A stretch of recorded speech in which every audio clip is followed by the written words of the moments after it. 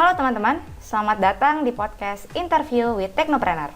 Pada kesempatan kali ini, tim Haruka Edu masih akan mewawancarai Pak Heru Wijayanto selaku co-founder dari Sociopreneur ID, yang juga merupakan dosen untuk mata kuliah Technopreneurship.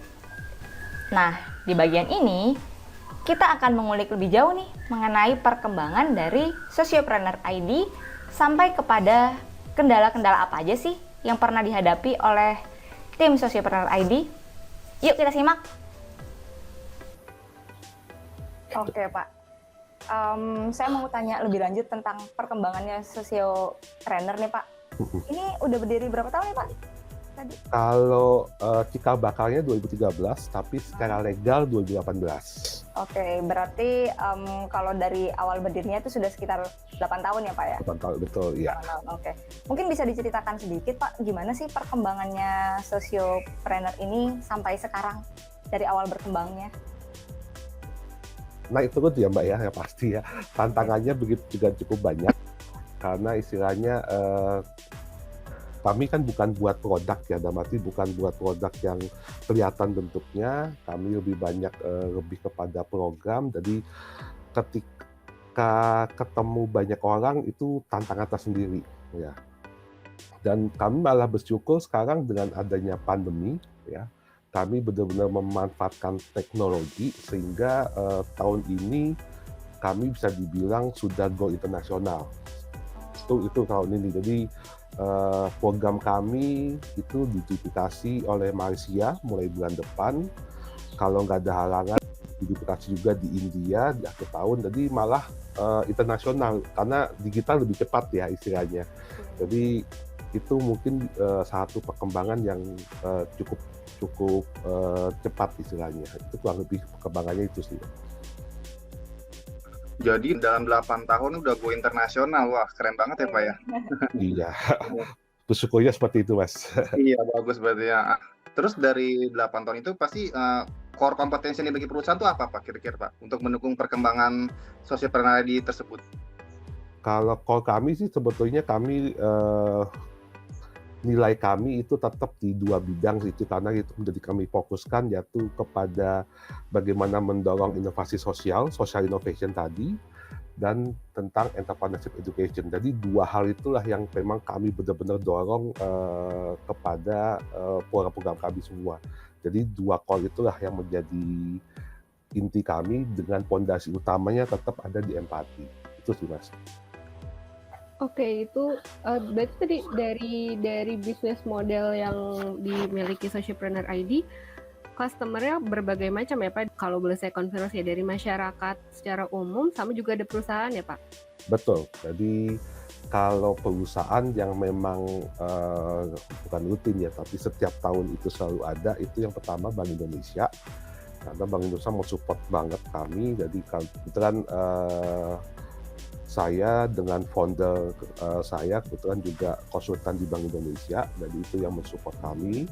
Kemudian yang kedua, mulai tahun ini kami juga collab dengan Bank Permata, ya itu juga menjadi partner kami. Kemudian Bakri, ya untuk Bakri juga untuk yang corporate-nya.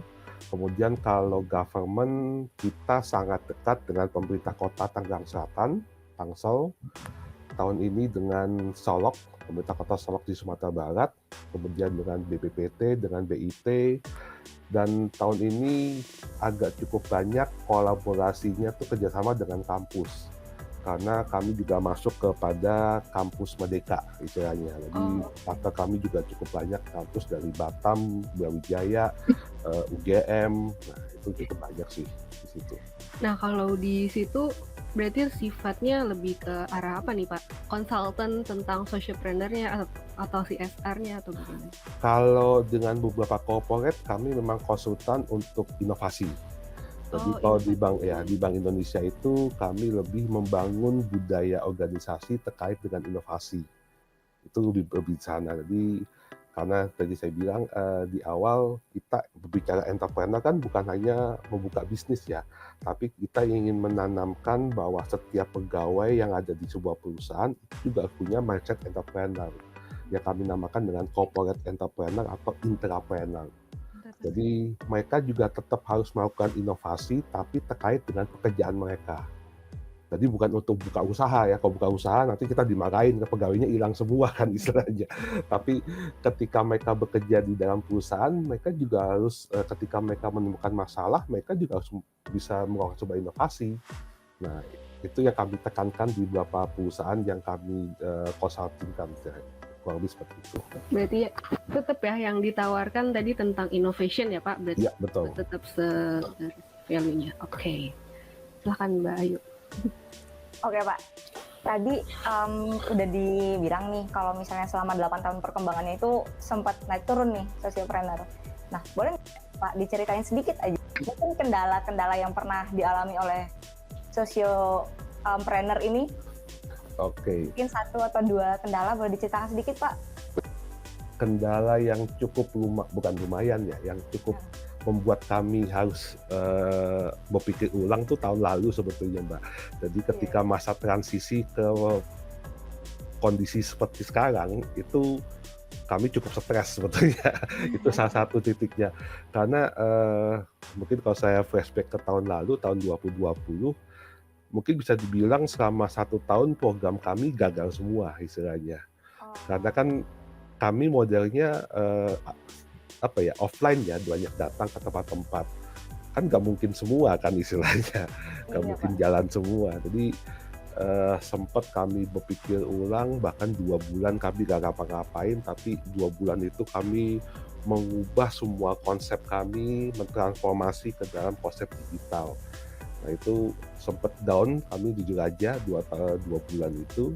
Dan itu merupakan tantangan terbesar untuk beradaptasi dengan situasi sekarang. Itu salah satu tantangan yang kami hadapi di sana. Oke. Oh, ya. Terus kalau boleh tahu ketika itu apa sih Pak solusi yang diberikan perusahaan untuk menghadapi kendala itu Pak? Solusinya adalah mengubah semua menjadi digital Pak. Kemudian menggunakan menggunakan berbagai macam tools digital, menggunakan berbagai macam teknologi, karena sebetulnya kalau berdasarkan tambahan perusahaan, kami baru akan menggunakan itu mungkin 2 atau 3 tahun lagi sebetulnya. Tapi dengan adanya kayak gitu kan kami dipaksa untuk maju kan istilahnya. Jadi tim kami tuh belajar lagi mulai nol, belajar ini. Nah itu ya cukup lumayan sih istilahnya. Karena mau nggak mau kan harus berubah. Oke, berarti ini juga ya Pak yang mendorong sociopreneur ini jadi ke arah technopreneur jadinya. Iya betul, jadi menggunakan kalau dulu mungkin teknologi ya hanya bagian kecil, tapi sekarang bisa dikatakan 80% kegiatan kami ada teknologinya sekarang jadinya. Gitu. Oke teman-teman, semoga podcast kita kali ini bisa memberikan gambaran real ya mengenai bagaimana sih proses atau perkembangan yang akan dihadapi oleh suatu organisasi atau perusahaan technopreneurship nantinya. Tentu ada jatuh bangunnya ya. Oke, sekian podcast kita pada sesi kali ini. Sampai ketemu lagi di sesi selanjutnya.